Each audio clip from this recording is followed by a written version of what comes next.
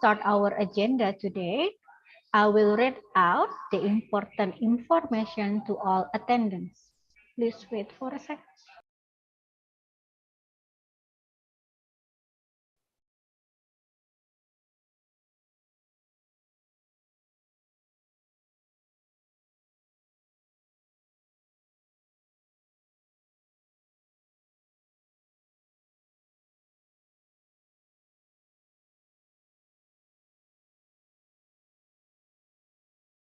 Thank you for your patience.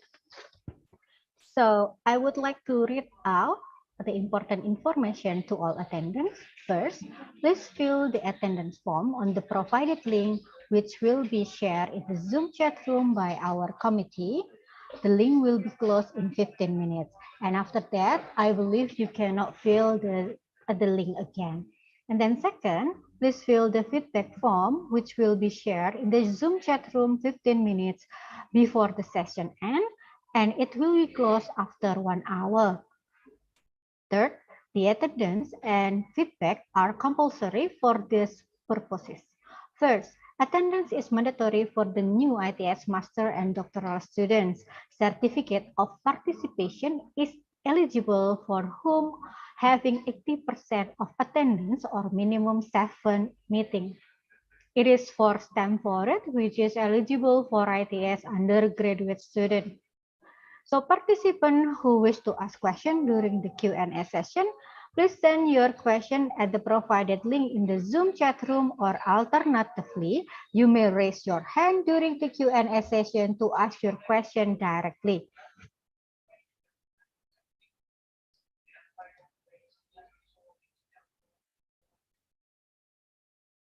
Bismillahirrahmanirrahim. Welcome to the Researcher and Research Student Enrichment Program on today, Thursday, 2nd June 2022. I'm Dewi from ITS Postgraduate Office, and I will be your Master of Ceremony for this session.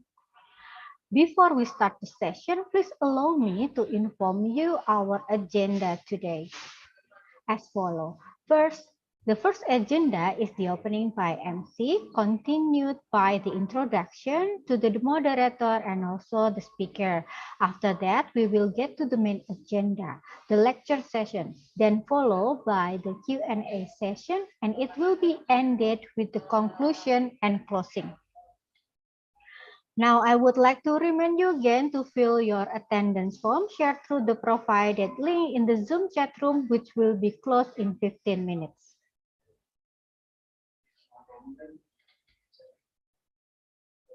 Before moving to the next agenda, please allow me to elaborate about today's lecture. I would like to invite the host to share some PPT.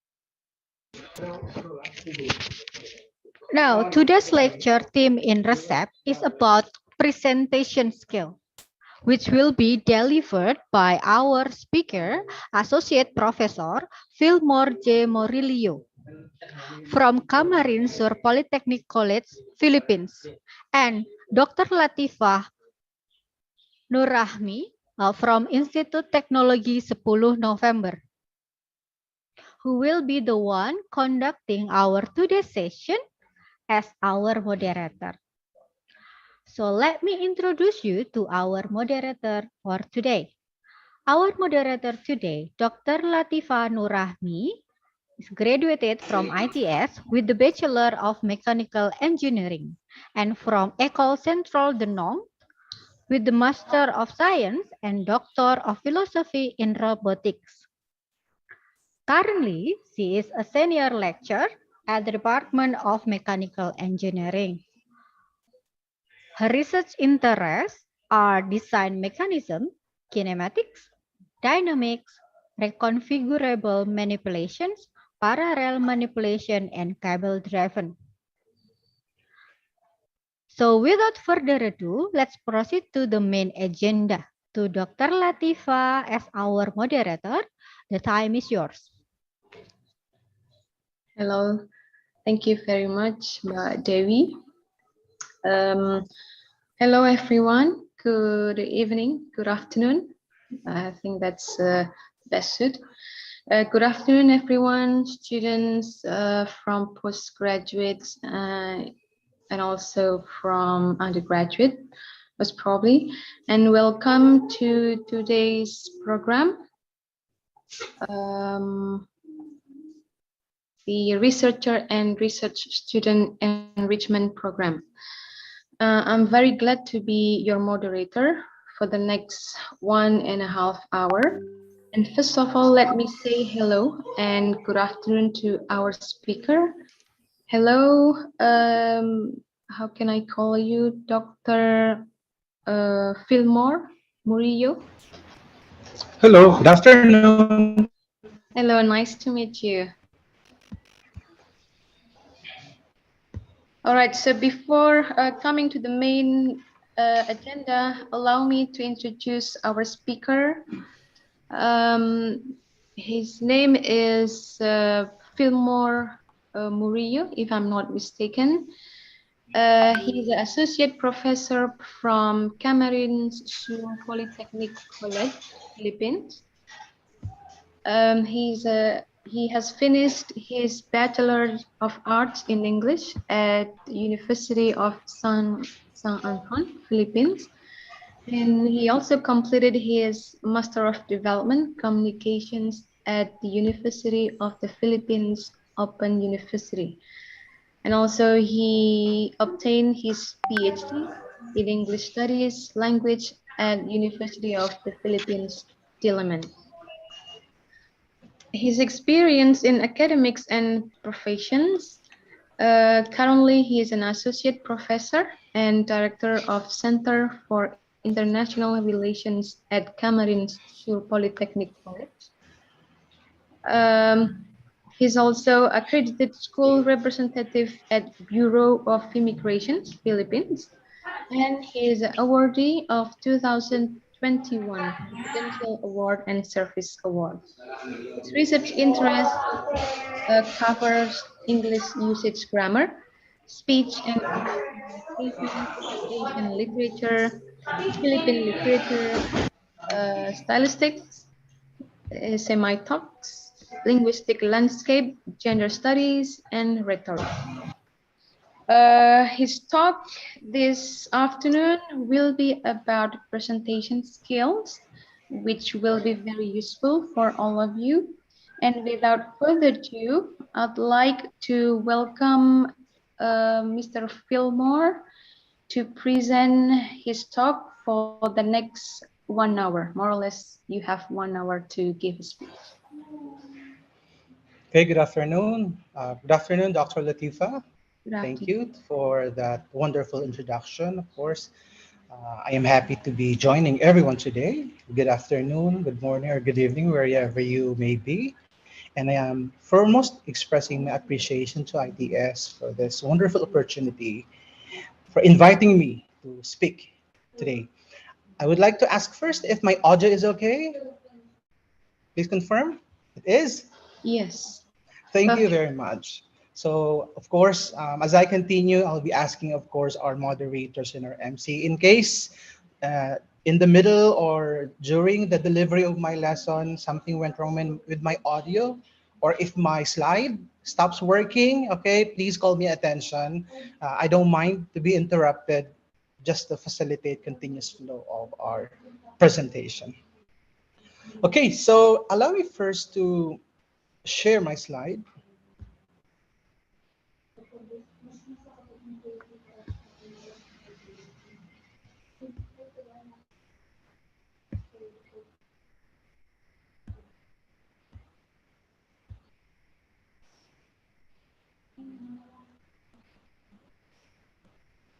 Okay, please confirm if this is visible.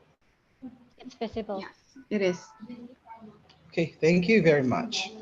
So, once again, I am really appreciative for this wonderful opportunity that you have invited me to join you this afternoon. I am very happy to share with you this topic, which is very close to my heart. I've been teaching English language for more than 20 years now, and this concept on presentation, which is an integral part of communication, is something that is very close to my heart. As an educator, I always believe that communication is very important and it gives us the push to be able to be successful in our lives, whether it's in our job, in our relationship with the people around us. So, this afternoon's session will focus more on the academic side of communication, which is presentation skills. So, once again, as I was introduced earlier, I am Associate Professor Filmer J. Murillo. I am also the International Relations Director of the Camarines Polytechnic Colleges. Now, may I ask if my slide has moved? Yes. It Has is, it? but probably Okay. to put it in a full screen. Okay.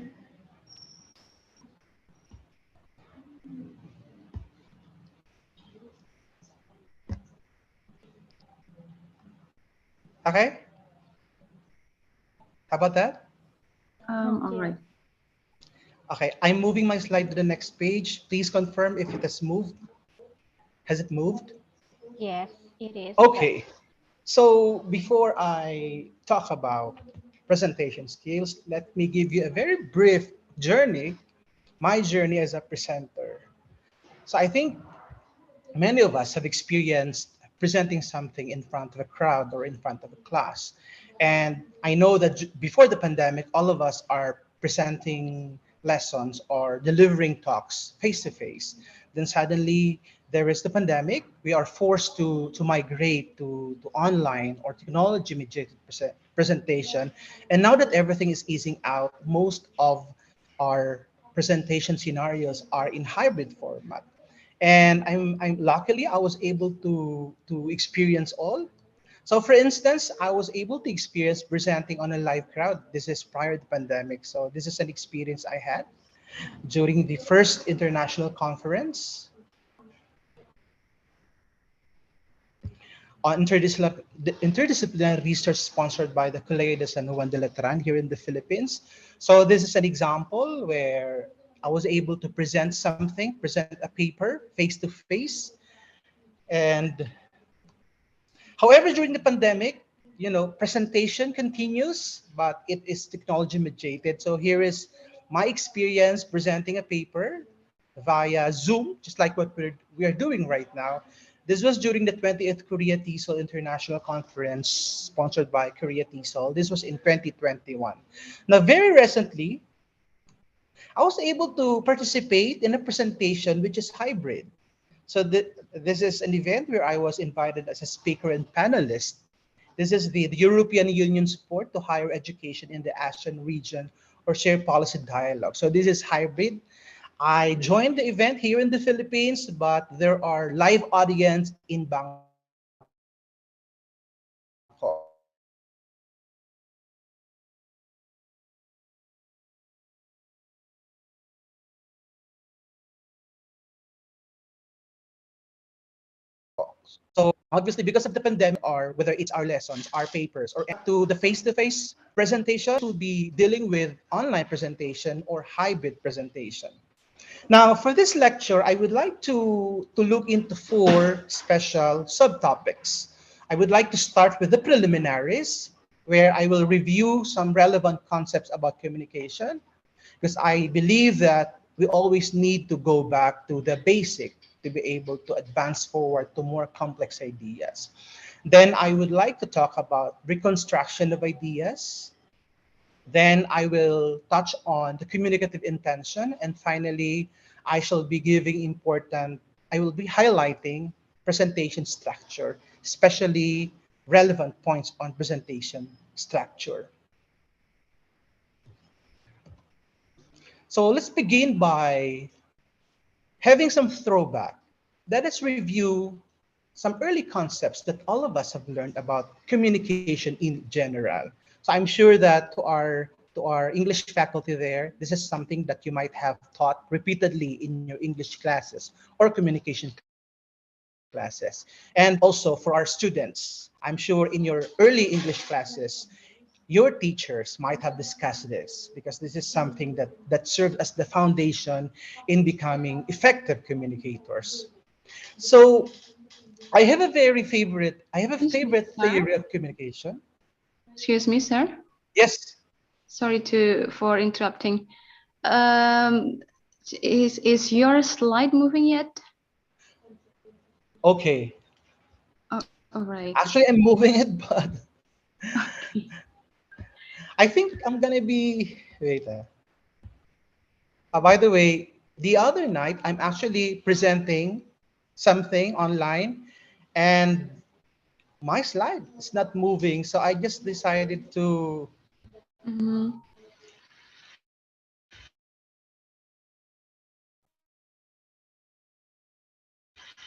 Let me share it again. Okay, so perhaps I won't be. Usually, when I click this one, the slide is moving. Well, you may continue on the slides where you left.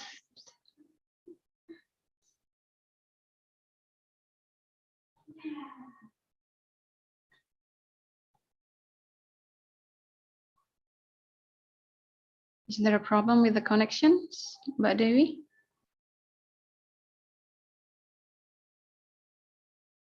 I think so, yes. I think he has a connection problem. Meanwhile, uh, perhaps I will ask him to. Hello, you're back. I Yeah. think, yeah, you just like left for several Okay. seconds. Could be the So connectivity. yes, if it makes more convenient, you can close the camera. That's fine. Yeah. May I ask if the slide is visible now? Yes, it is visible now. Okay. Has it moved? Yes, it's moved. Okay. How about this? Oh yes, it's Yes? moved. Yes. Okay. So earlier, I'm actually sharing with everyone my journey as a presenter. So I have experienced presenting face to face, that is during the pandemic. This is an experience during international conference in the Philippines. I was able to experience, because of the pandemic, presenting something via Zoom or online. Here is one of those conferences that I have joined, and I presented the paper. And this experience, the third, is actually a very recent. I think this happened in March. I was invited as a panelist, as a speaker in this policy dialogue. Now, this time it's a hybrid. Okay, so I joined the event via online, via Zoom. I'm from the Philippines, while the live audience, the members of the audience, were in Bangkok. So these are the different scenarios that most of us might experience and might expect when we present anything to a crowd. Either we do it face to face, definitely when everything is back to the new normal, we'll be resorting to the face to face mode. But for now, it's either we do it via Zoom or via Google Meet, or we do hybrid, just like my previous experience. So again, let me reiterate the important focus of my lecture. So I'll be dealing with preliminaries, where I will review some relevant concepts in communication. Then I will be talking about the reconstruction of ideas. And also, I will be highlighting communicative intentions. And finally, important points and as far as the presentation structure is concerned. So this is one of my favorite theories of communication. It's called the SMRF theory. Now, this theory of communication allowed me to be very academic, okay, very technical at this moment. So basically, in every communication class or in every English class, I'm sure your teacher might have talked about a particular theory of communication. Now, this particular theory of communication actually highlights the different elements that are needed so that the flow of the communication will be smooth, and so the communication will be successful. According to this theory, the SMCR theory of communication, basically every communication situation or communicative situation starts with a source who, number one, initiates the flow of communication, or then from the source, you have the message, another element. Then your channel or the medium of communication could be physical medium. For example, if you are in a face-to-face situation, the airwaves actually carry your sound waves to the ears of your listeners. So basically, that's physical, or it could be mechanical or technical medium or channel, like when you send an email, you use a computer, or when you send your SMS, you use your phone. Then, of course, there should be a receiver to receive the message. Now, your source is responsible in initiating the flow. However, your receiver, it has two functions. One, to either respond to the message, okay, to receive the message, or to shift the role. So when you respond, if you are the receiver and you respond to a message, you actually shift role from being the receiver to the new source of the message. So that's your first function, shift role, or either terminate or stop the literal flow. Of course, when you send a message, you have an intention, so you're expecting for an effect. And this effect is basically materialized into feedback. So therefore, if all of these elements are present in a particular communicative situation, it is very much sure that there will be smooth flow of communication. Now, there will be the so-called noises, okay? These are impediments, okay? These are anything that might hinder or that may affect the flow of communication. So for example, if the speaker is speaking in a very low voice, okay, that is labeled technically as a noise, because if you speak with a low voice, people can't hear you. Or for example, if your message is the wrong message, that is considered as a noise. So anything that impedes or anything that hinders the speaker from enabling his or her message to reach the receiver, those are technically called noises. Now, I would like us to focus on two sub-processes. Okay, we have the encoding. If you look at the upper two upper boxes, the encoding and the decoding. So I think all of us as communicators, usually our intention to deliver a message starts with an idea in our mind. Okay, and that idea is basically captured into words. In that process of transforming your ideas, which are abstract, into words, basically, that's what you call encoding. You encode, okay? So ideas to words, you encode.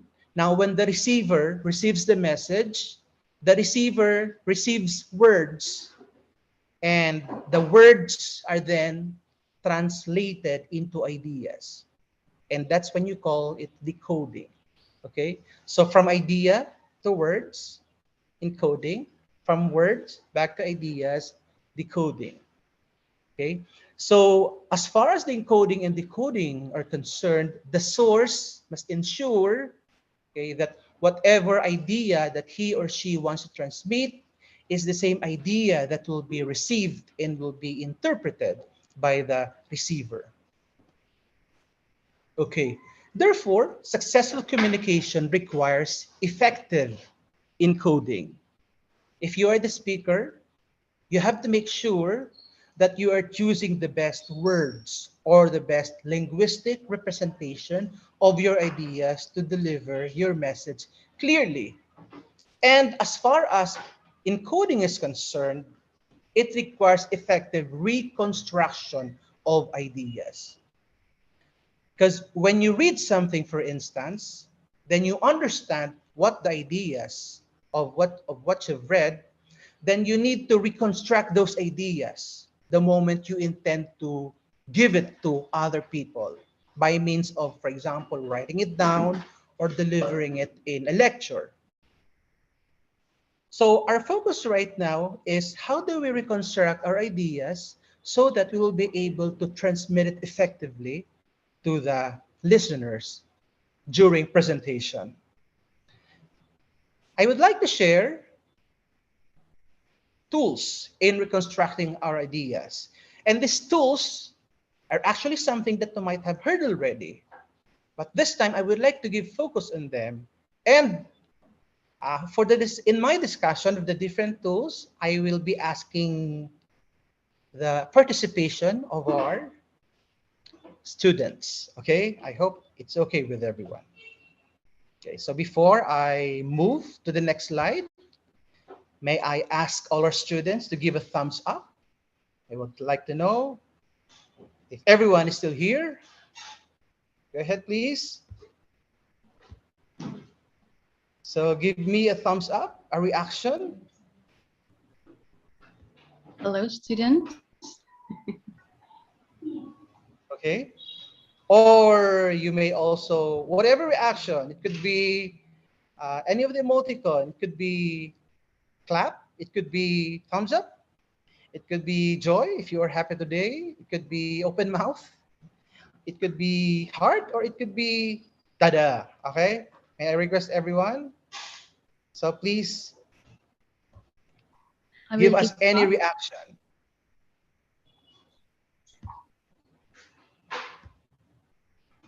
Okay, there, I could see, okay, someone is clapping. Okay, thank you for pressing the clap emoticon. How about the others? Okay, someone has clicked the thumbs up emoticon. Okay, there, thank you for those who have participated. So again, later on, during my presentation, during my discussion, I will be asking everyone's attention, everyone's participation. I'll be asking some questions and feel free to key your answer in our chat box. Okay.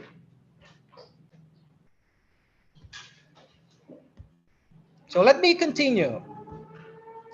So how do we reconstruct our ideas? I'll be sharing two tools. Okay. We start with the so-called reporter's checklist. Because to reconstruct the ideas, the first thing that you need to ask yourself is, do you know what ideas you need to reconstruct? Which specific ideas must be reconstructed? And when you say reconstruction, you transform it from ideas to words, from concepts to linguistic expressions. And in the English language, we have some words that are very helpful when it comes to helping us crystallize our ideas, transform our ideas into words. Okay? And we call it the reporter's checklist. Okay, so for everyone's information, during my university years, my first 3 years actually, I spent it studying mass communication. And the concept of the reporter's checklist is something that is taught to us early on.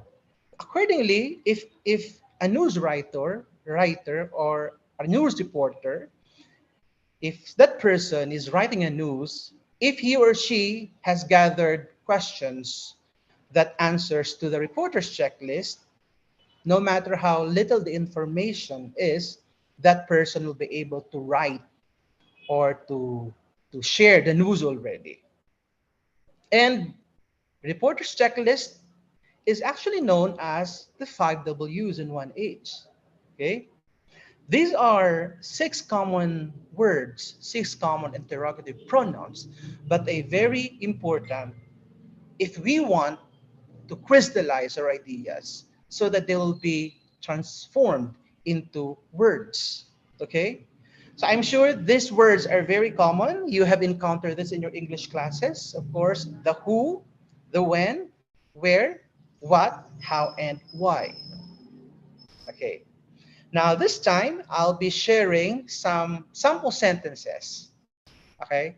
And I want you to write in the chat box what question do you think is answered by these sentences. Okay.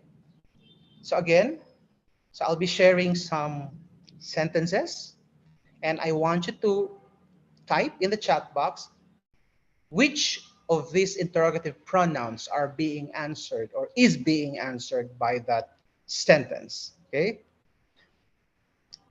So I'm going to start with this statement. Okay. I'll give you 1 minute to read it. Then in the chat box, write the pronoun that you think is answered by this statement. So the statement is Captain America is the most loved Avenger by American teenagers. Yes, thank you, Nelson, Dwi, Dia, Rona. You're correct. Okay, so who?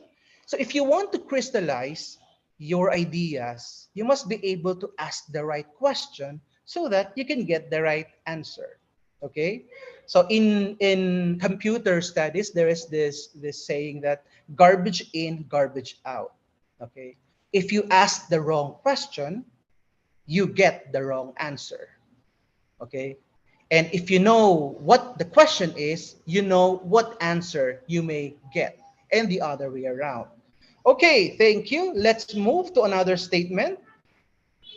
Batman keeps his Batmobile in his Batcave, for those who are fans of Batman. How about this? Actually, you might have two possible questions there, but the dominant question is, yeah, thank you, Ariel. That's correct. Where? Rona, what is also a good question. What is being hidden or what is being kept? Okay, in the Batcave. Where and who by Jihan? Those are correct. I So would if you look at this, say how. Excuse me. yes, you can also use how. Yeah. Okay, so this is an example of a sentence which can be the ideas in this sentence may answer different questions. So somebody said, so for example, for example, Jihan wrote who. Of course, when you ask the question, who keeps his Batmobile in his Batcave, the answer is Batman. Of course, the kind of question will elicit a different answer.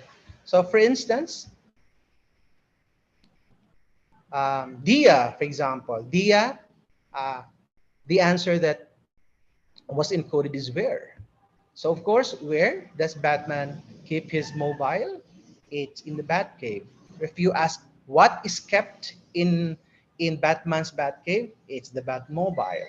And maybe if you ask how does Batman keep his Batmobile safe? So maybe it's a how answer to a how question. Okay, let's move to another statement. Let's see.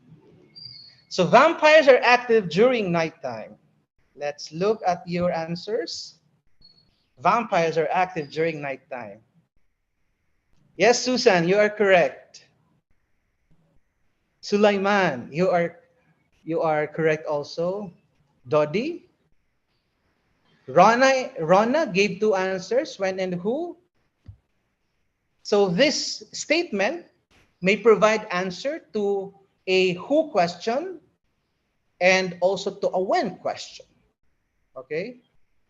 How about this?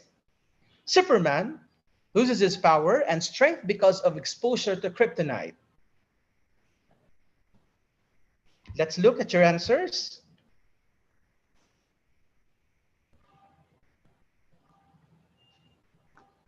Okay, there is Dia, key in Y, and Leonardo, how? Agus and Ariel, also Y. So if you ask the question, how does Superman lose his power? By being exposed to kryptonite is the answer. Or if you ask the question, why does Superman lose his power? Because he gets exposed to kryptonite. Okay? So your answer will be determined, your type of answer will be determined by the kind of question that you ask. So this time you may ask the why or the how question. Let me see if I have. Okay, how about this? This is one last statement this time for those who enjoy watching Wonder Woman. So Wonder Woman is able to make people confess the truth by using her wonder lasso. Okay. So I'm sure for those of you who have watched Wonder Woman, I'm sure you might remember those different situations where she uses wonder lasso. Yes, Nelson, how? Dwi, how? Dia, how? Susan, how? Henry, how? Yes, you guys are correct. So if you ask the question, how does Wonder Woman allow people, or how does she force people to confess the truth? Okay, by using her wonder lasso. Or you can also ask the question, what does she use in enabling people to confess the truth? And the answer would be wonder lasso. So, so because of these examples, it actually triggered your brain to connect one ideas into another. So by reading the sentence, Wonder Woman is able to make people confess the truth by using her wonder lasso. While reading this sentence, and since you know your objective is to identify what pronoun to use or what question to ask, automatically your brain automatically starts building connections. And this idea gets connected with the idea that the word how is a pronoun, and it is the word that may be used in asking to elicit this kind of answer. So therefore, if you want to crystallize your ideas and you want to make sure that you are expressing the right words or the right expressions, whether you are asking a question or answering a question, okay, you may use the reporter's checklist. Okay, so that's very practical but very effective. Now, another way of reconstructing our ideas is actually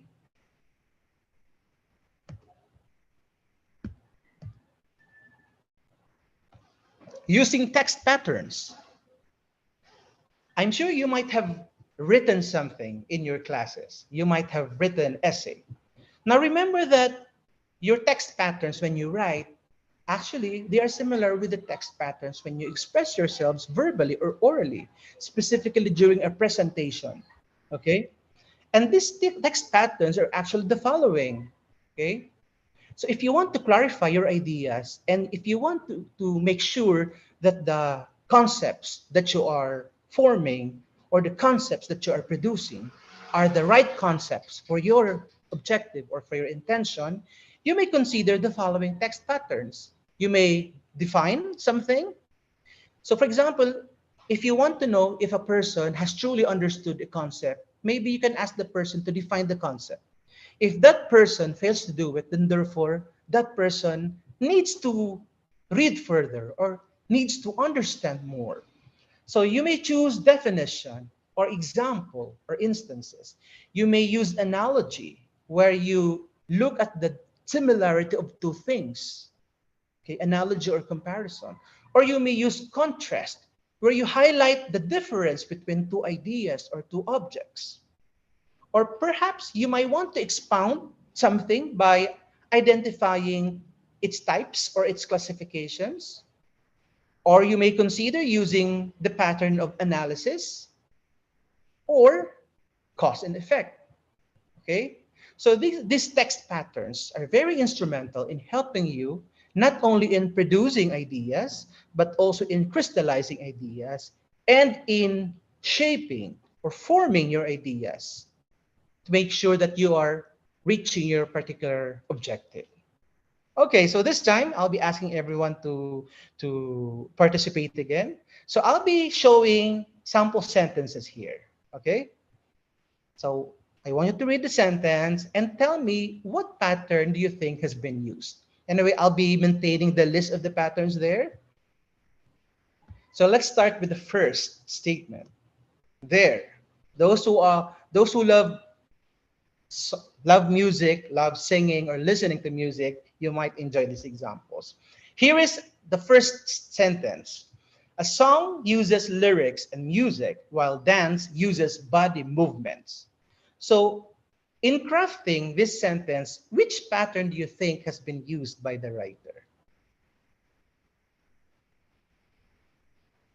Okay, I'll give you a minute to write your answer in the chat box. Somebody said comparison. Ariel wrote analogy. How about the others? Dewi, Pasha, comparison also. Yes, so many of you are using comparison. Okay, so actually in this statement, there seems to be a comparison of two things. Okay, that's correct. We are comparing song and dance. However, we are not showing how similar they are. Okay, but instead we are focusing on how different they are. How different is a song from a dance? Okay, so here, according to the sentence, a song uses lyrics, but dance uses body movements. So that's how they are, how different they are. Maybe they are similar as far as being expression of arts. They express our creativity. They can be similar along that line.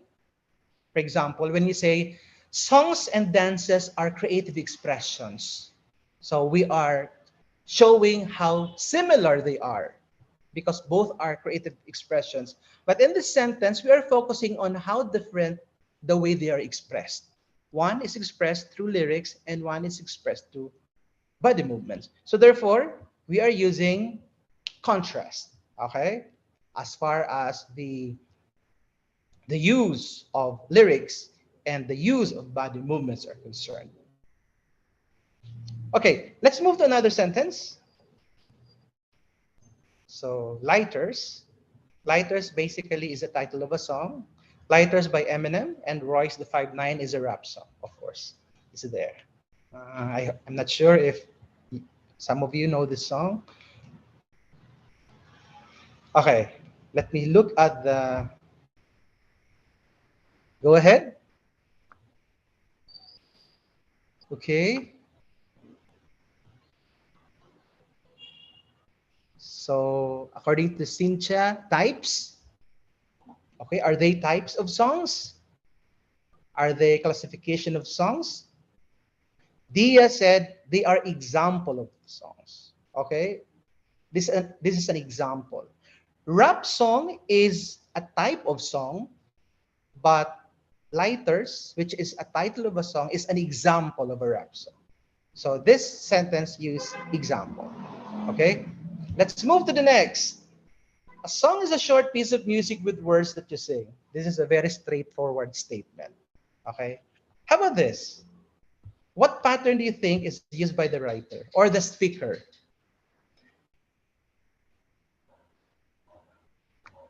Yes, Rona and Dito, you are correct. Definition. This is an informal definition. Okay, so the writer and the speaker is actually defining what the song is. This is informal. Actually, you can also have a formal definition. How about this? According to research, Baroque music has a therapeutic effect due to its beat and pacing. For those of you who might heard of Suggestopedia. So Suggestopedia is actually, this is a technique, okay, especially among children so some teachers, when they teach little children about any lessons, they would play Baroque music on the background. And according to research, this Baroque music helps children learn fast because of its beat and the pacing. So how about this? What do you think is the text pattern used? Okay, cause and effect, that is correct, Nelson. It is the placing of the rest that enables Baroque music to have that impact. Yes, Leonardo, you are correct. Analysis also. Why is that? Because in order to determine which elements in Baroque music have this effect to little children, it requires analysis. So either you have used analysis or you have used cause and effect. How about this? Pop, R&B, rap, and EDM are always played on the radio.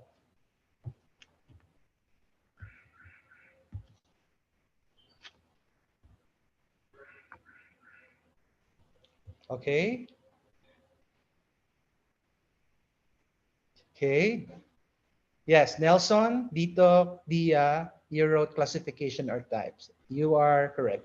These are types or these are classifications of um, music. Okay. Types or kinds of music. How about this? Your favorite song lingers in your mind the way an unforgettable experience does.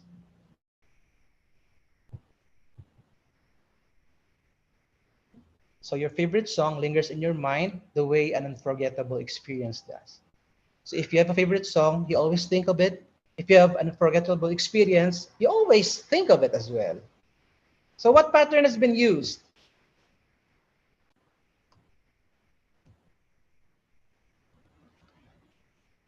Yes, Rana, Dia, both of you are correct. That's analogy. We are showing how similar they are, especially in their tendency to remain in our memory. Okay, you are correct. Very good. How about this? Those who love rock music. This is also according to research. Listening to rock music while eating makes you eat more. This is according to research also. How about this? What pattern do you think has been used?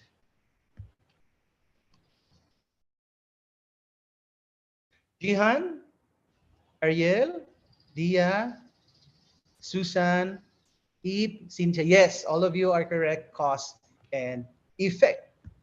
Okay, I'm very happy that you're very much familiar with your patterns.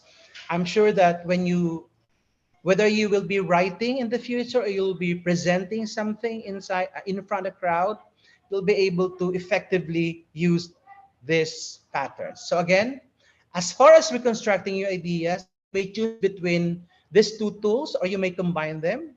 First, of course, you have your reporter's checklist. By asking the right question, you will get the right answer. And also text patterns. If you have an objective, you have to make sure that the pattern that you're using in expressing yourself or expressing your ideas is the right pattern so that you'll be able to meet your objective. Now let's move into communicative intentions. So when it comes to presentation, although we know that there are at least 4 reasons why we communicate, okay? One is we want to inform someone about something, or we want to educate people about something, or we want to entertain people for those who love watching or listening to stand-up comedians. Basically, that's their intention why they are communicating to make people laugh. So that's for entertainment, or maybe the more serious reason, and which is to persuade. Okay, but and as far as presentation is concerned, we usually combine at least two. Okay, two intentions. And that is one, when we present something to someone, our intention is to change their mind and their heart. And when you change their mind, you need information. And when you want to change the heart of people, you want them to change their opinion about something, or you want them to do something that you want them to do, you need to persuade them. Okay? So therefore, there is a need for us to fuse or to combine communication to inform and communication to persuade so that we'll be able to effectively present anything. So for example, if I am giving a book report, that's basically an informative presentation. Or if I am conducting research and my teacher asked me to talk about the theoretical underpinning or my framework, that's informative.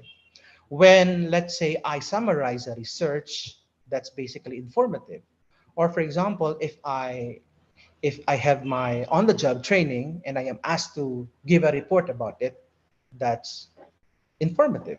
Okay. However, there are some presentations that require persuasive intention. So if you want, let's say, I presented my theoretical framework.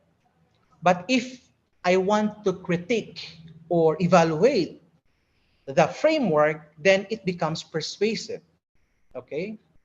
So if I present my research, it's basically informative. But if I want to provide a recommendation based on my research, then it becomes persuasive.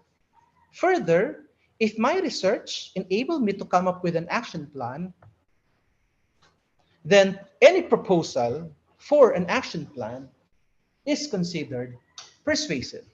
Okay? So remember that when you present anything, you either combine information and persuasion.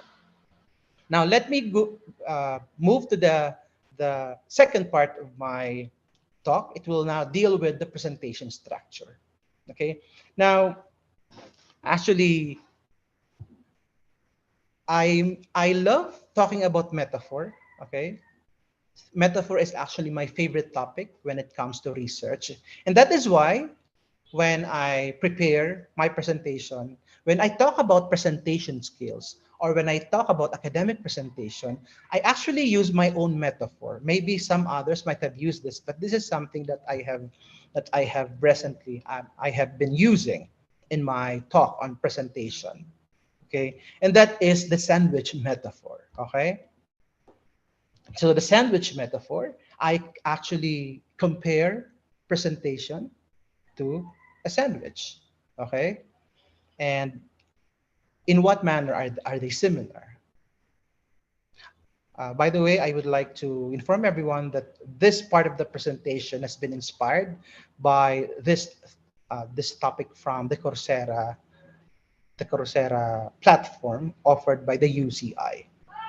Okay, so to show to you my analogy of what a presentation is, I am actually showing this example, which is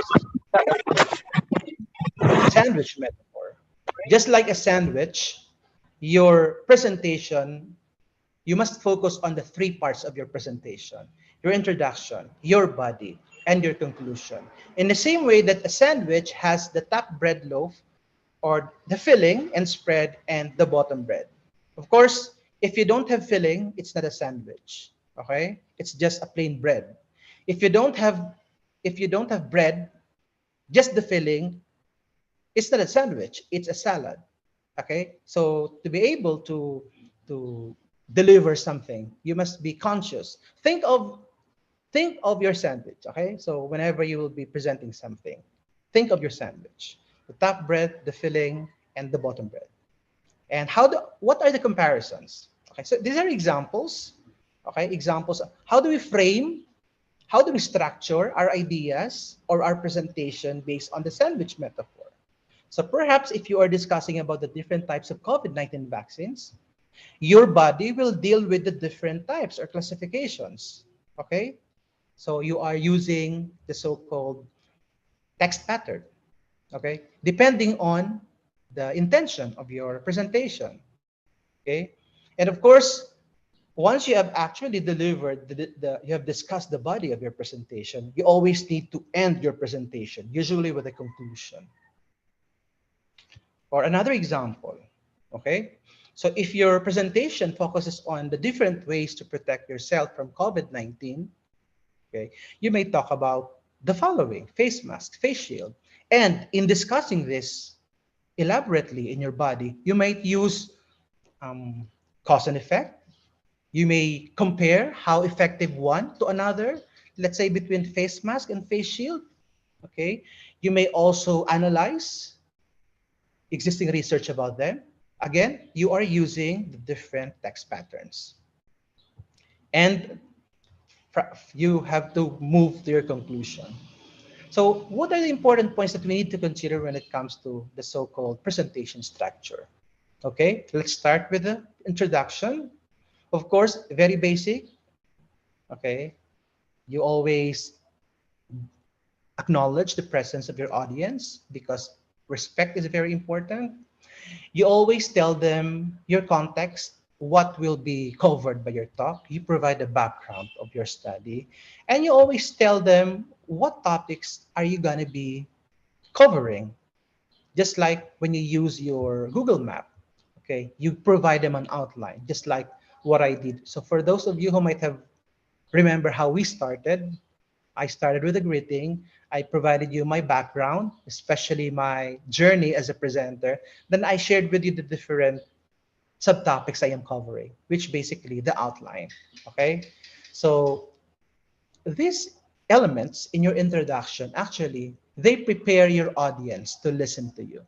They serve as your warm up. It's like when you exercise, you don't go directly to pumping your muscle, using your dumbbells, but you do your warm up first. You do your stretching, and these elements under the introduction perform just that, warming up your audience to listen to you.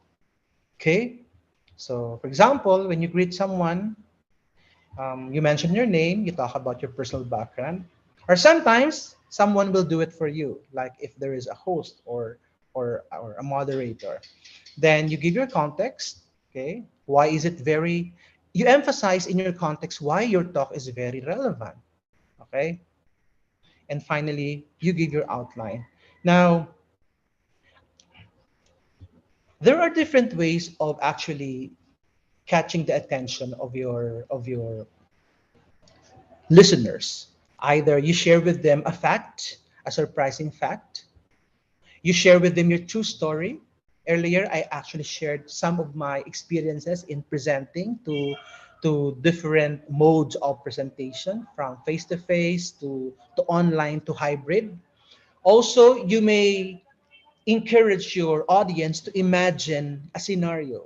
Okay, for example, if you want to talk about global warming, maybe you encourage your audience to imagine in the year um 2020 2090, what do you think is the how hot would it be in the year 2090? Okay, or maybe you can bring a prop, okay, an object, or you can do show of hand question.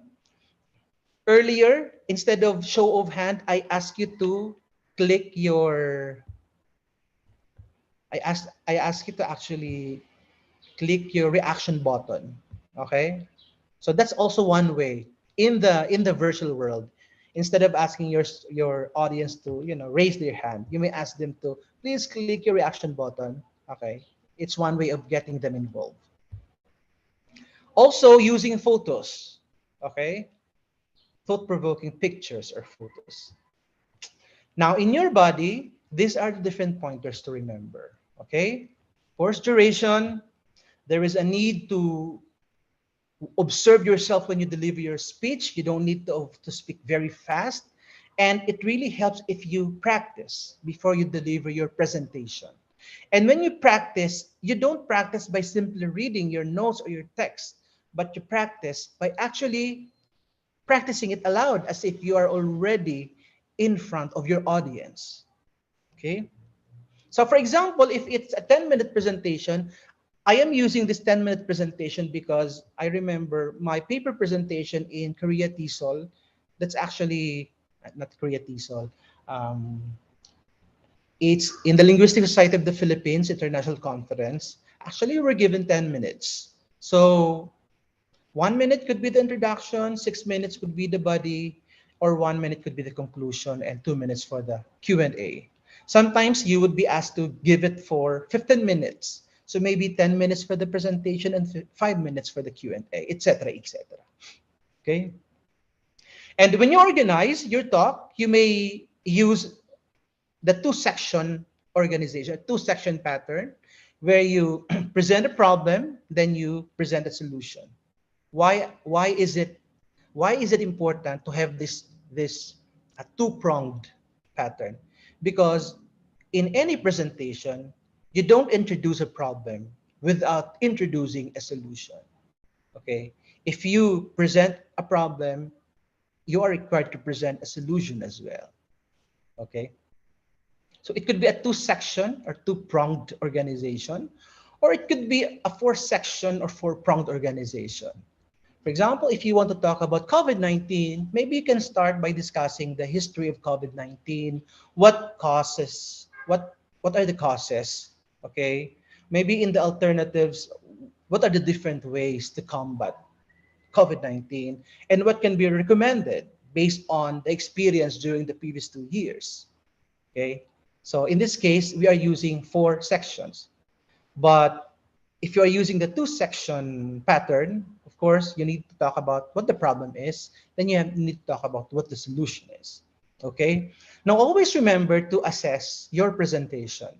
Okay. So sometimes in Zoom events like this, usually you are asked to evaluate. That's actually part of the formal assessment. It could be a questionnaire, a Google form, or a rubric, or it could be an informal assessment. Maybe you can ask the feedback of your teacher or of your classmate or of your friend. And make sure that your assessment should focus on both the content and the delivery. How effective you are in delivering your topic, and how compact or how complete the content is. Okay. Another thing to consider is thoroughness. How thorough you are. Make sure you're you are thorough in your presentation. You need to provide a rationale. You need to convince your listener why it is worth listening to you. You have to convince them why your talk is very important. What motivates your talk, and that is your rationale. Or you may also include your caveats or exceptions.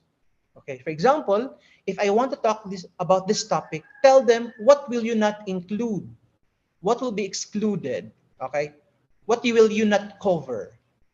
It's one way of leveling the expectation of your audience or of your listeners. Okay. Now, when you deliver your presentation, always use correct and complete evidence. And these are the types of evidence that you may use. Okay. Why is definition considered considered a form of evidence? Because sometimes there are some words that are called polysemous, one word with different meanings or different definitions. If you don't provide the definition you are actually adopting, it might cause miscommunication. Okay. So that's why definition is something that really helps in advancing your talk. Of course, description is also a good type of evidence. You may use example. Okay, for example, yeah, in my earlier discussion of the different patterns of text, I use example. You may use statistics, especially if your presentation is fact-based. Okay, statistical data is very important. Or you may use illustrations, or sometimes you may also use testimonial evidences. For example, if you want to present to an audience how good ITS is, perhaps you may consider the use of statistics. Okay, how many graduates have you produced? Or you may use testimonial evidences. Maybe you can ask students to give their experience and testimony while going to ITS. So these are types of evidences that you may use. The next is validity. Make sure that your presentation is always valid, especially the ideas that you are using. So when it comes to use of concepts and keywords, don't just refer to any references. Always use your dictionary or always use your textbook. Earlier, I actually defined song informally. I actually told you it's informal. Okay. But if I am using the word song as a keyword in the research, I need to use a dictionary or textbook definition. Then make sure that your statistics is confirmed, especially now that we have many fake news in our social media platforms. And if it is something that is testimonial, make sure it is an expert testimony. Okay. The person who is discussing about the particular topic is someone who is very familiar with the topic. Okay. Then make sure that your presentation is characterized by integrity. When you say integrity, it is trustworthy. When your presentation is trustworthy, you don't exaggerate. You stick to the facts. You stick to what the ideas are present, and you don't plagiarize. Okay? So if you look at the images I am using here, there is always this note at the lower part, okay? The note there is source, because I want to show you that these images are not owned by me. I do not own them. That is why I have to write there where I got them. I give credit to these people who created these images. I don't want to plagiarize. Also, if you remember when I started discussing about this structure, presentation structure, I actually acknowledge UCI because they inspired me in coming up with this lecture. Okay. But also, I told you that the metaphor of sandwich, I actually thought of it. I'm not sure if other people are using it. But since I know that I love metaphor and I thought of coming up with that metaphor, so I don't need to acknowledge anyone. Okay? So therefore, when you present anything, you have to identify which ideas you own. You don't need to acknowledge anyone, and which ideas you got from other people. And that's where you need to acknowledge them so that you avoid the so-called plagiarism, especially when you are presenting a research or a paper. Then clarity is very important. Always simplify complex ideas. Okay? If you can use simple words to replace complex words, do it. Okay?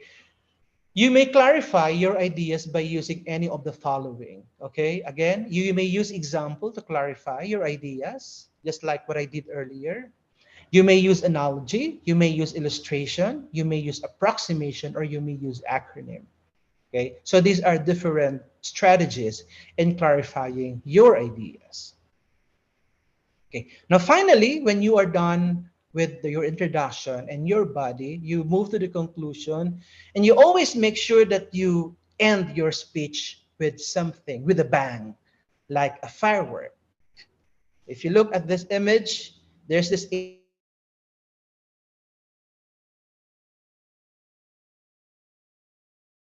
of Sesi. Okay?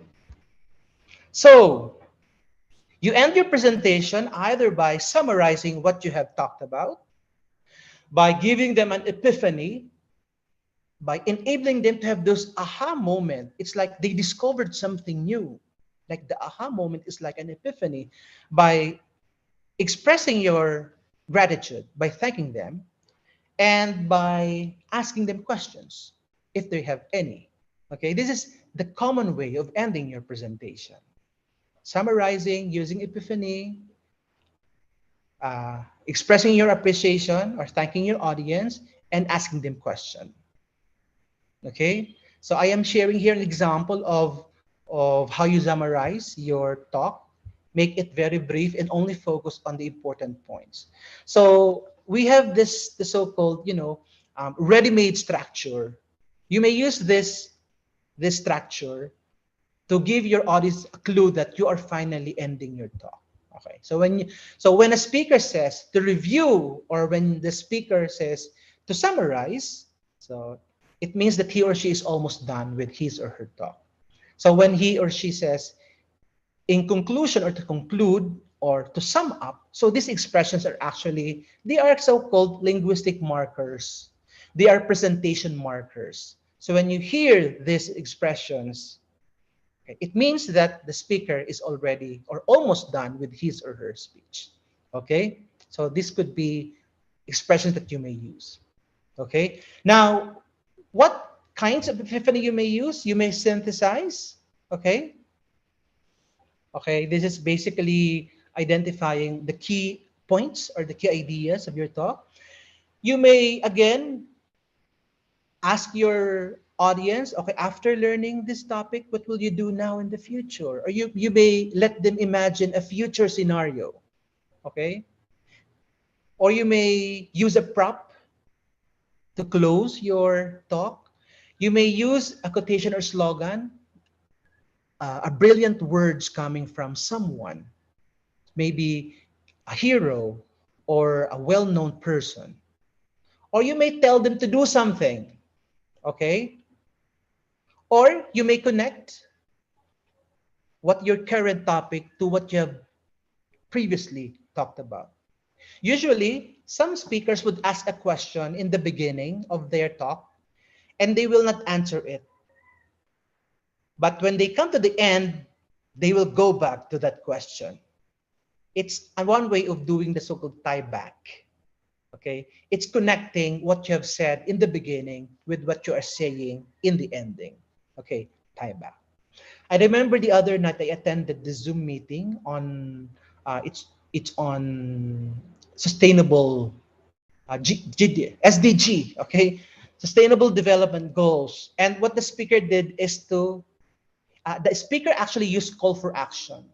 He told us to join these organizations online, and actually we did it. That's an example of a call for action.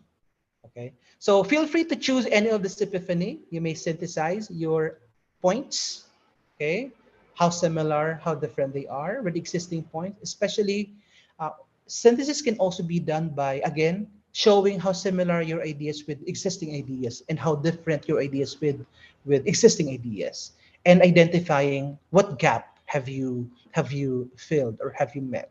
Okay, so again, future, prop, quotation, call for action, and tie back. Now, I want to end rather, I want to end my talk with a call to action. Okay? I know that 1 hour is not enough to talk about the nitty gritty or the nut and bolts of presentation. If you want to be an effective presenter, okay, I would like to encourage you to go to this site. Okay, so TED Ed actually has been conducting an hour workshop about presentation skills. I'm sure you might have heard of TED Talk. You might have your own favorite TED Talk speaker. Okay, so actually TED Ed is conducting this webinar, this workshop, and anyone can attend for free. So if you really want to improve your presentation skills, and if you want to learn how TED speakers present their talks in their TED talk, okay, you may go to this website and sign up for the workshop. You will be joining an hour workshop, but in addition to that, they will offer you a course on presentation. You'll be given 9 months. You can access that course for 9 months for free. Actually, I think they are charging people. But if you join this workshop, they can give you free access for a certain number of months. Okay? And I think if you can access those courses for free, I think it's a good idea already. And I hope you will heed this call to action. Okay? So again, if you want to improve further your presentation skills, go to TED Ed, this website, sign up for the workshop. Then once the workshop is finished, you'll be given access to their masterclass. It's actually a masterclass. You will be given certain months, I think 9 months, to access the masterclass. And you can finish the course, okay, without paying anything. And that ends my presentation. So thank you very much for listening. If you have any question, feel free to ask. So once again, I am Associate Professor Phil J. Meridio, and thank you once again for the patience of giving me your time, your gift of time. Thank you. All right. Thank you, sir. Thank you, Sir Fillmore Murillo. Now we are coming to the question and answer session. And I would like to, oh yeah, before reading the questions, actually the website that you just talked about, what is the website address again? I'll be sharing the link to the chat box. Okay. By the way, have I stopped sharing my slide? I hope I've stopped it already. Yeah, we didn't see Okay. your screen Okay, actually. okay, thank you. So here is the. So you go to you go to this website. Okay. We still There, cannot it's see your screen. Juni. https://ed.ted.com idea workshops. I've shared it in the Oh, chat okay, box. right. Okay, You're sharing it in the chat box. you can register for a free workshop, 1 hour workshop. So that's call to action, example of a call to action. Okay, at least even after this talk, you can still continue improving your presentation skills. All right, thank you very much. That's very useful for our students. Now I will read the questions from the link given by the committee to all of you. So the first question is coming from Cynthia Megawati. The question is, how can we differentiate the statement that can be answered by analysis or cause and effect? Okay, so I think to answer this question, um, let me answer this question by giving an example. For example, you eat something, maybe a rotten food. Okay, you eat a rotten food, and after that, you experience stomach ache, okay, pain in the stomach. Okay, so when it comes to cause and effect, the answer is the question is why why did your stomach become painful? What's the cause? What's the cause? Okay, so the rotten food. Okay, maybe it's a bread that has been, that has been collecting molds for like 1 month. So that's cause and effect. How about analysis? Okay, what is in that food? What is in that bread that made your stomach ache? And when you answer that, you have to look into the chemical composition of the bread. You have to analyze the components. Okay, maybe it's the bread, maybe it's the own chemical that your body produces. Okay, maybe these interactions might have caused you to feel pain. Okay, so I think that example is one way of differentiating cause and effect. Okay. Remember that cause and effect can be a part of analysis. Okay, so let's think it this way. um, Cause and effect is a part of analysis.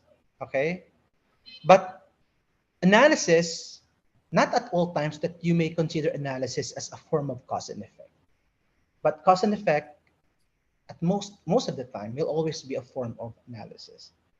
Okay, so analysis would require you to break down ideas into sub ideas, into sub concepts. Okay, while cause and effect would simply ask you the question, okay, what caused it, what has been the effect, why something has happened, etc., etc. Okay, thank you. So both seem similar. Somehow the analysis is more detailed, correct? Yeah. Okay, thank you.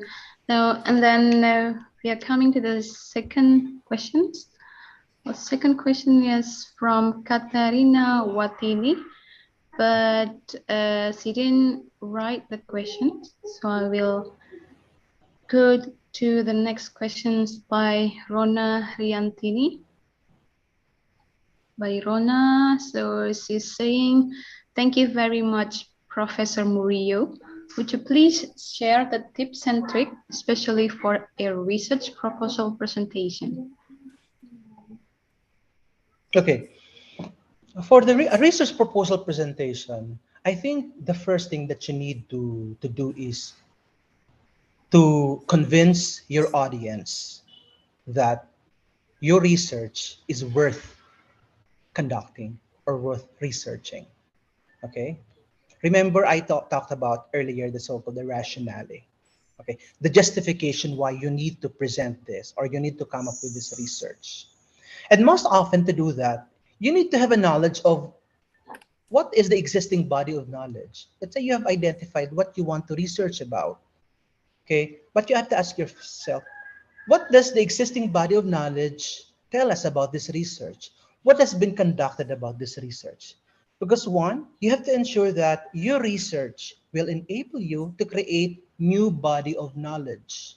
Because that's the intention. Either you produce new body of knowledge, you produce new technology, or maybe you look at the existing body of knowledge using a different lens. Okay, so that's one thing that you need to prove when you write a proposal. Okay, is it worthy for me to conduct this research? And you can only answer that by having a grasp of the existing body of knowledge and what can you add. If you can add to the existing body of knowledge, or if you can look at an existing topic in a totally different way, then I think it's a good research. It's a good proposal. So whether you are researching in the technology field or in the arts and sciences, the ultimate question is, am I adding to the existing body of knowledge? And also, I have actually, this question I always ask to myself whenever I come up with a topic, especially when it comes to research. I always ask the question, so what? It's like, so what if I conduct this research? Okay, what impact will it give to the readers? Who will benefit? Who will be benefited? Okay. Okay, thank you very much. Well, I think it's quite clear for your research proposal presentation, and you may also prepare it from now on, Rona. Right, and we still have some time. I'll go to the chat box questions. If anybody here wants to ask a question, or you may also deliver it directly. You can take advantage of a raise hand menu. All right, while waiting for students to ask, I have personal questions to you, Professor. Yes, go ahead. Presentation, there is a relation also to the confidence. And how can we build up confidence for a presentation? That's a very interesting question because, yeah, I think the number one fear actually among us human beings is the fear of public speaking. Okay, that's a very striking fact. Most of us are actually afraid of talking in front of a crowd, and I think the problem is, number one, it has something to do with with our evolutionary makeup. Okay, the so-called the fight or flee evolutionary makeup that we have. However, when it comes to confidence, at least it's really challenging to overcome fear of public speaking.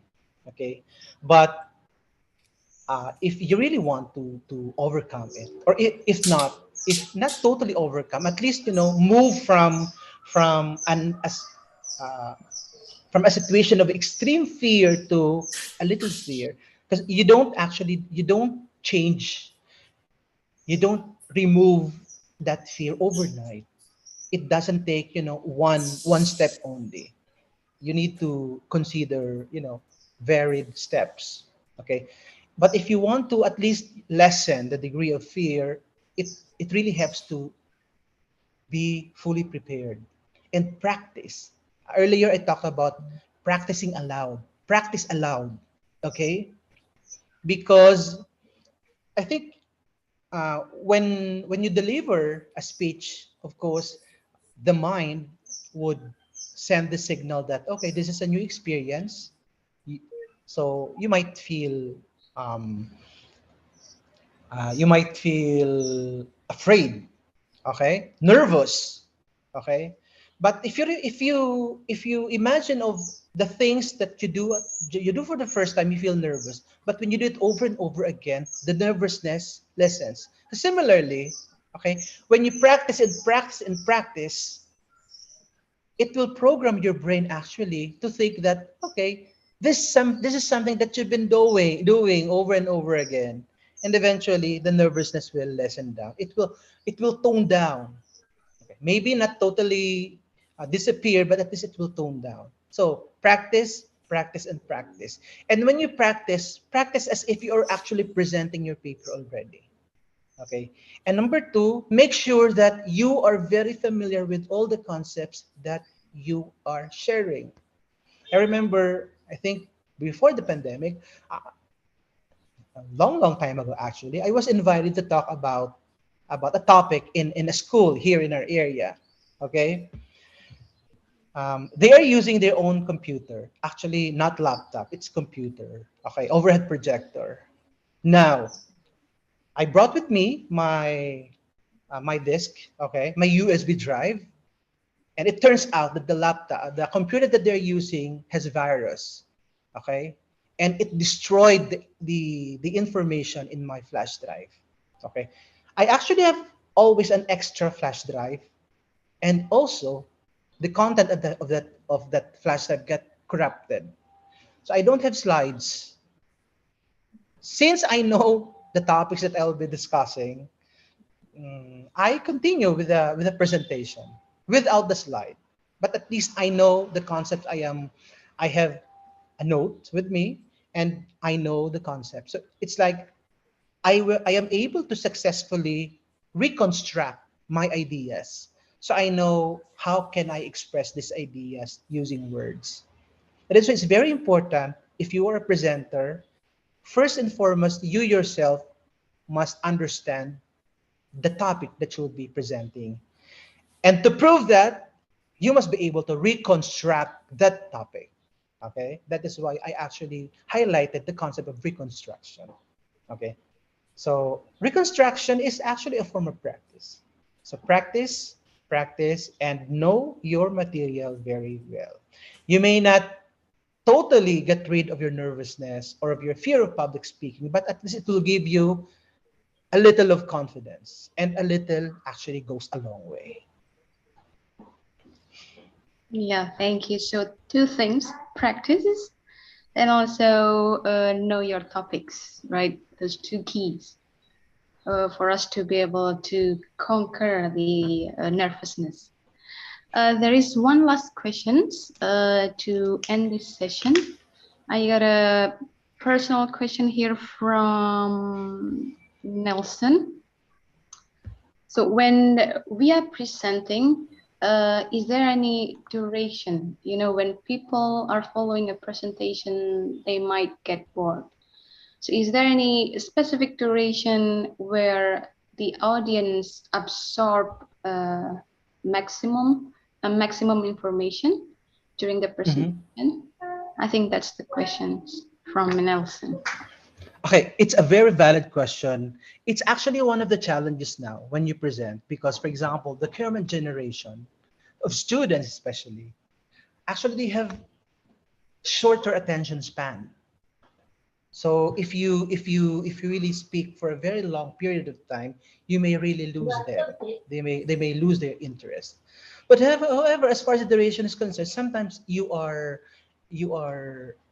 required to come. For example, if you are invited to talk for 1 hour, then of course you have no choice but to talk for 1 hour. Sometimes in conferences, you might be asked to deliver your paper for 10 or 15 minutes. Okay, so sometimes the organizers would give you the length. Okay, so you can't do anything about that anymore. However, you can use the so-called techniques or strategies so that you'll be able to continue keeping the attention of your viewers or of your listeners. Okay, one strategy is actually to involve them. Okay, make them feel that they are part of the discussion. Make them feel that this is not a one-way street. It's not a one-way communication where the speaker just delivers his or her lecture on and on and on and on. So involve your audience. If you remember earlier, I asked our participants here to write their answers to the chat box. That's one way of involving actually your audience. Okay. Okay. That's one way of making them feel that they are part of the presentation. And if they feel that they are part of the presentation, they'll find it more interesting. Okay. Number two, number two strategy is to use varied multimodal materials, which means you don't just use texts, you use photos also. Okay. Or if you want, you may also use video files. Okay. So this variety of materials that you are using will also encourage your listeners to further listen to you. Okay. So images and texts. Okay. And number three strategy is you don't overload your slide with texts. Okay. Remember that your slide is actually not for you. If you are the speaker, your slide is not for you. It is for the listeners. It is for your audience. Your slide is intended for to guide them. Okay, it's not for you. So therefore, you don't actually write in your slide or put in your slide everything that you'll be discussing. You just put there the key words, okay, the key ideas, the key phrases. Okay. So I think if you'll be able to accomplish these three, okay, involve your audience, use variety of materials, okay, and also don't overload your slide with text. If you'll be able to use these three, I know there are many more possible strategies, but I think these three are those that I can share right now. This will help you uh, catch and maintain the interest of your audience. All right, so there are three keys to waste communications, right? During the presentation, use figures, multimodal, or videos. And this, I found it a lot in my students, use too much text in the presentation. So avoid that. So you will have, I believe you will get a great presentation.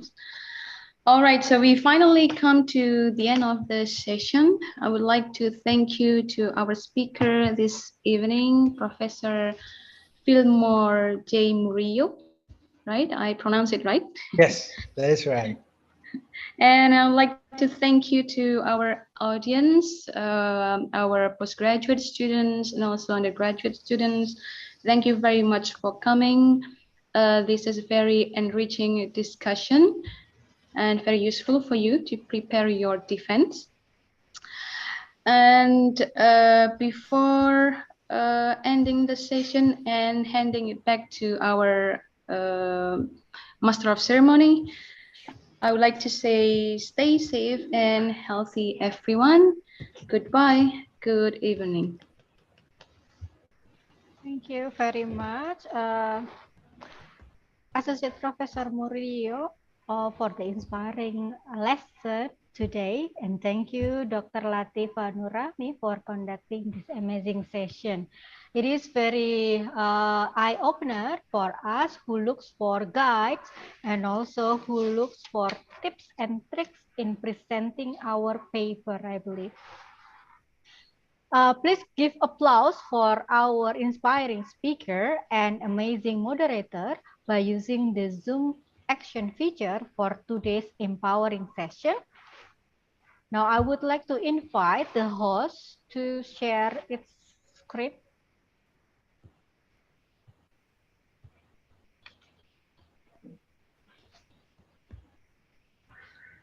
I would like to present a certificate for our honorable speaker and moderator. So this is for Associate Professor Murillo as our gratitude for today's session.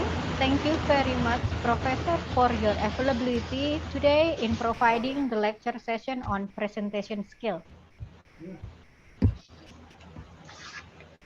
And then before we start with Dr. Latifa, I would like to invite the committee to share the feedback form. Thank you. And then next, the next certificate will be presented for Dr. Latifa Nurahmi for being our moderator today. And then thank you very much, Ibu, for the great moderating session. And I Thank you, think everyone. everyone is happy today because this session is quite runs quite well. And then before we start, I would like to inform you that we still have future agenda, the final one.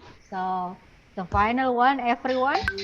And it will be conducted on 16 June with the speaker Dr. Dita Puspitasari from Shibaura Institute of Technology, Japan on life strategy as a researcher. You can also see the poster we are showing you right now, and you can check it on our Instagram page. Before we end the session today, we would like to invite you all participants along the speaker and moderator to take a group photo. Please wait for a second. Let me removing. Please open your camera, guys. Let me check. Okay. How much we have here? Okay, I think two. Okay, I will make a countdown and please put your best smile. Okay, three, two, one. Please wait. Another one. This. Okay. Number two. Please be ready. Put your best smile. Three, two, one.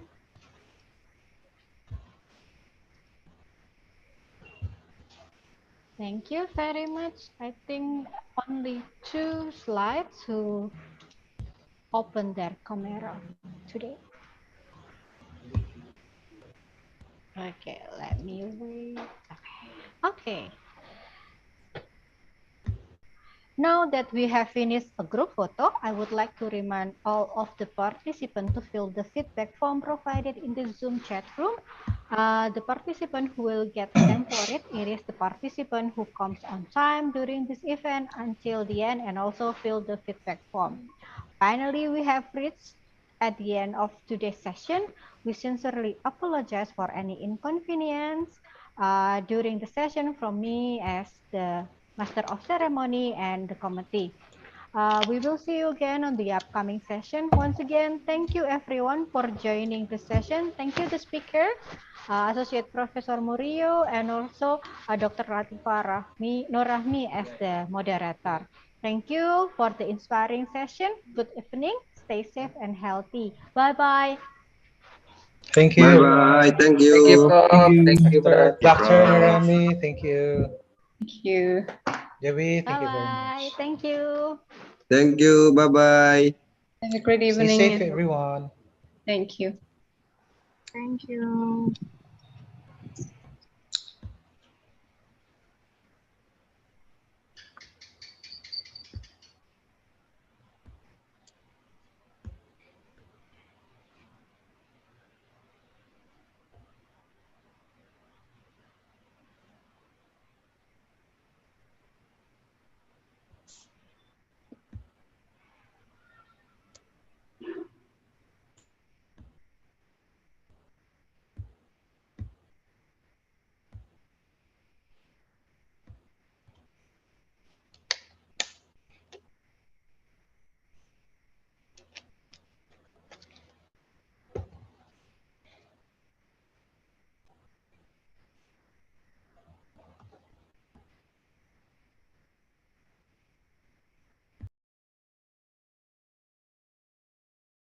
Thank you, Miss. Bye.